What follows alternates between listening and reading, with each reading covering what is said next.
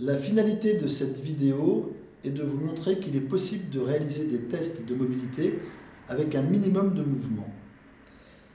Il est possible également de réaliser des corrections structurelles avec un minimum de mise en tension. Les démonstrations qui suivent tentent de montrer cette technicité.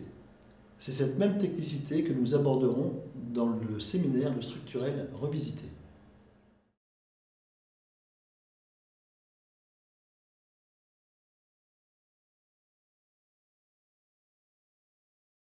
Test de mobilité et correction d'une cervicale haute. Sans mise en tension, un minimum. Inspirez, soufflez. La correction est faite sans mise en tension préalable. Le test a été réalisé.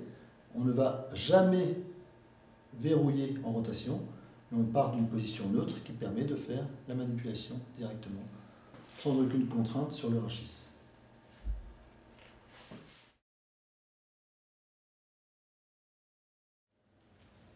Alors, test et correction de C1. C1 est en rotation gauche. Pour parfaire la correction de C1, ne pas verrouiller l'occiput de C1, venir prendre un appui postérieur sur C1 et induire la correction comme ceci.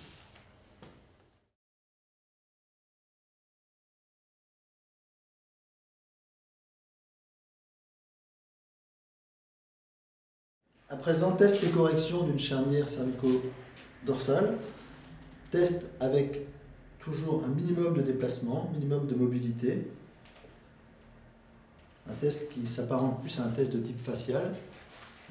Et la correction devra se faire avec des paramètres qui n'iront jamais vers le verrouillage. Inspirez, soufflez, aucune mise en tension, correction.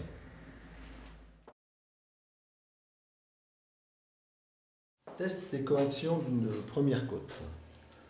Donc, inspiration, expiration. Ce qui permet de déterminer la côte en lésion d'élévation. Inspiration, expiration.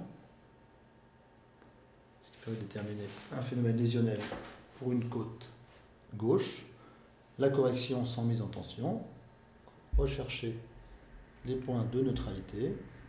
Ne jamais verrouiller, ne jamais verrouiller. Demander une légère inspiration.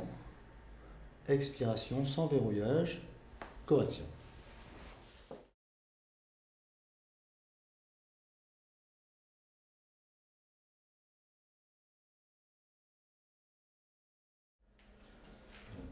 Test et correction pour une technique lombaire dans le cadre d'un dysfonctionnement de L5.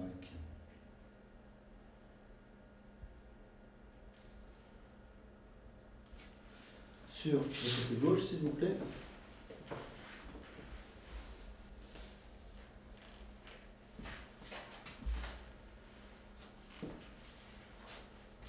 Donc, pour faire une réimbrication facétaire de la facette droite de L5 sur S1, installez le patient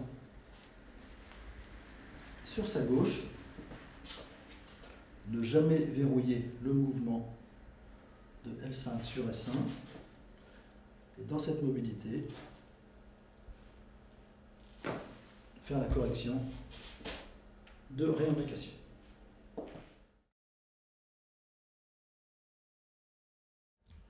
Alors, test et correction structurelle d'un bassin.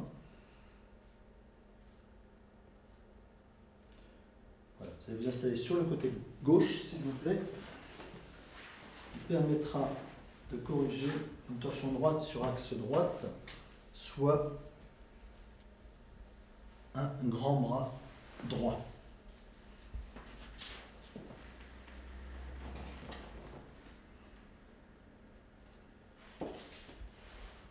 Toujours garder de la mobilité dans la sacro-iliaque qui permettra de faire le mouvement manipulatif.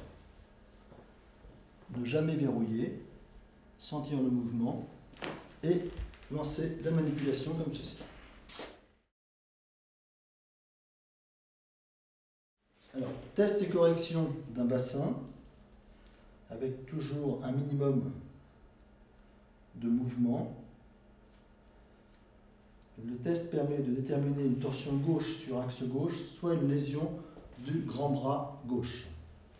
Pour la correction, installez le patient sur la droite.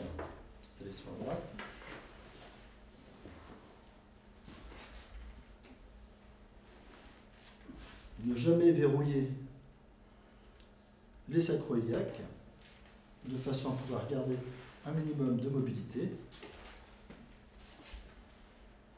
Gardez toute la souplesse du patient, ne pas verrouiller, ne jamais verrouiller et pousser la manipulation dans le sens de la correction.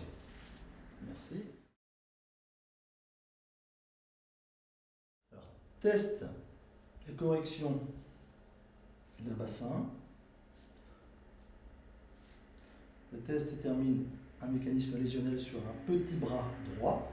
Donc nous allons effectuer une correction d'un petit bras droit en installant le patient sur le côté gauche.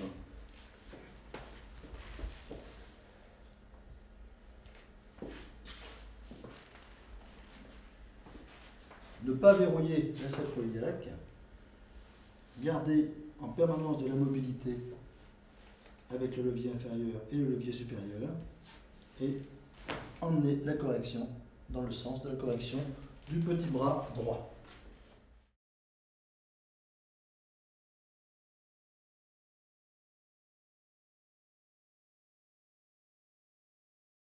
Donc, correction d'une translation externe de genou.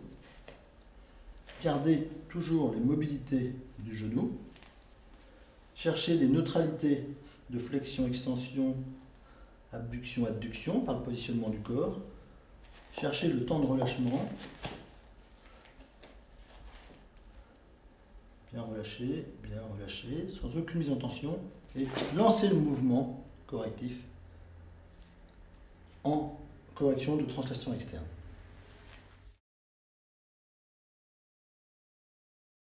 Test de genou afin de déterminer un éventuel dysfonctionnement.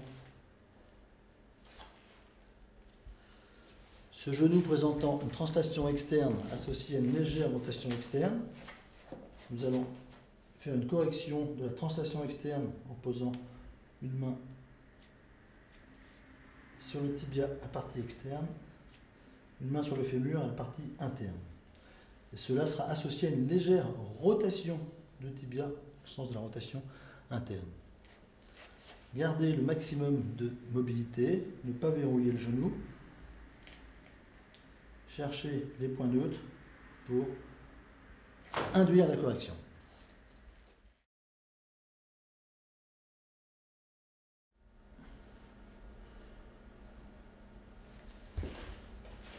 Je vais faire une technique de correction de cuboïde. Toujours de la même façon, garder toutes les mobilités du pied, ne jamais verrouiller, attendre le relâchement et faire la manipulation.